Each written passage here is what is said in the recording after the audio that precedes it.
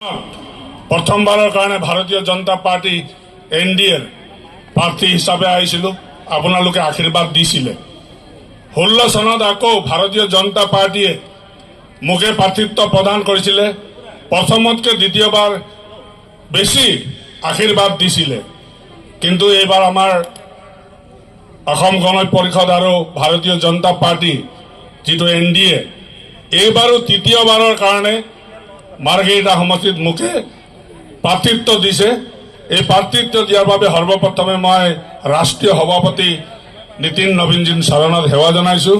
লগতে আমাৰ ছত্তীশগড়ৰ উপ মুখ্যমন্ত্ৰী তেখেতকো চৰণৰ সেৱা জনাইছোঁ। জ্যেষ্ঠসকলৰ চৰণত সেৱা জনাইছোঁ। কাৰ্যকৰ্তাসকলক শুভেচ্ছা জ্ঞাপন কৰিছোঁ। আজি আৰু ইয়াত উপস্থিত হোৱা মোৰ মাৰ্ঘেৰিটাবাসী ৰাইজক মই ধন্যবাদ জ্ঞাপন কৰিছোঁ। মই আশীৰ্বাদ ল'বলৈ আহিছোঁ। বাকীখিনি কথা আমাৰ ৰাষ্ট্ৰীয় অধ্যক্ষ ডাঙৰীয়া ইয়াত আছে। গোটেইখিনি নিৰ্বাচনী কেন্দ্ৰিক আমি কেনেকুৱাকৈ অসমত তৃতীয়বাৰৰ কাৰণে এনডিএ চৰকাৰ গঠন কৰিব পাৰে তাৰ বিষয় লৈ পেলাই গঠনমূলক কথাবিলাক আমাৰ অধ্যক্ষ ডাঙৰীয়াই ক'ব।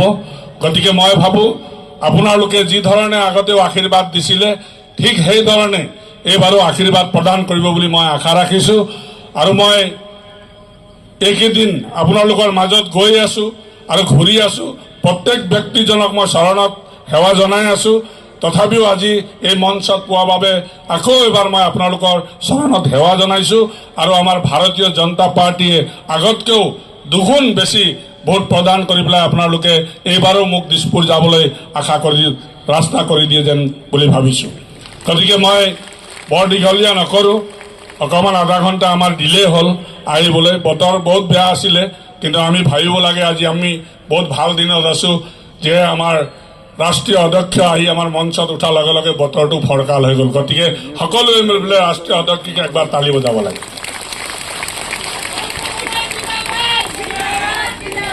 বৰ বেছিকৈ ক'বলগীয়া মোৰ নাথাকে, কিয়কি মই লগ পাই আছোঁ আৰু গৈ আছোঁ।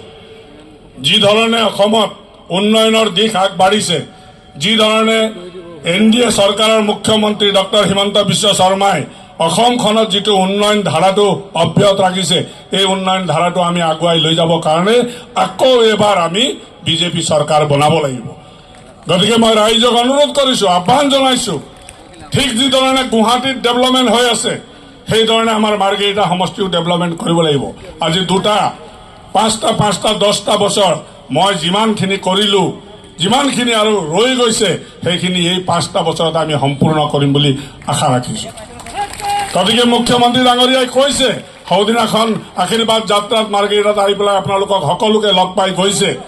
তেতিয়া মুখ্যমন্ত্ৰীয়ে কৈছে আশীৰ্বাদ ল'বলৈ আহোঁতে ৰাইজ আৰু একবাৰৰ কাৰণে আশীৰ্বাদ কৰক, যিখিনি কাম থাকি গৈছে আমি এইখিনি কাম সম্পূৰ্ণ কৰি দিম। গতিকে এনেকুৱা দক্ষ সৰ্বকালৰ সৰ্বশ্ৰেষ্ঠ মুখ্যমন্ত্ৰীৰ নেতৃত্বত আমি কাম কৰিব পাৰিছোঁ। ভাৰতীয় জনতা পাৰ্টি ভাৰতবৰ্ষৰে নহয়, গোটেই বিশ্বৰ চবতকৈ ডাঙৰ ৰাজনৈতিক দলৰ এজন সদস্য হ'ব পাৰিছোঁ। গতিকে আমি বহুত বুকু ডাঠ কৰি এই অসমখনত জীয়াই থাকিব পাৰিছোঁ। গতিকে আমি ভাবোঁ ভাৰতীয় জনতা পাৰ্টি আজি যিটো ৰাইজৰ কাৰণে কাম কৰিছে, ভাৰতীয় জনতা পাৰ্টি চৰকাৰে যিটো কাম কৰিছে সেই কামৰ সমৰ্থন আগবঢ়াই পেলাই এইবাৰো আমি অসমত এনডিএ চৰকাৰ আৰু মাৰ্ঘেৰিটাত আপোনালোকে মোক আশীৰ্বাদ কৰিব বুলি মই আশা ৰাখি সদৌ সকলোলৈ মোৰ ফালৰ পৰা মই ধন্যবাদ জ্ঞাপন কৰি আপোনালোকক চবকে সেৱা জনাই পেলাই মোৰ বক্তব্যটো সামৰণি মাৰিছোঁ। মোৰ লগতে একবাৰ কৈ দিয়ক, ভাৰত মাতা কি, ভাৰত মাতা কি, ভাৰত মাতা কি। ধন্যবাদ।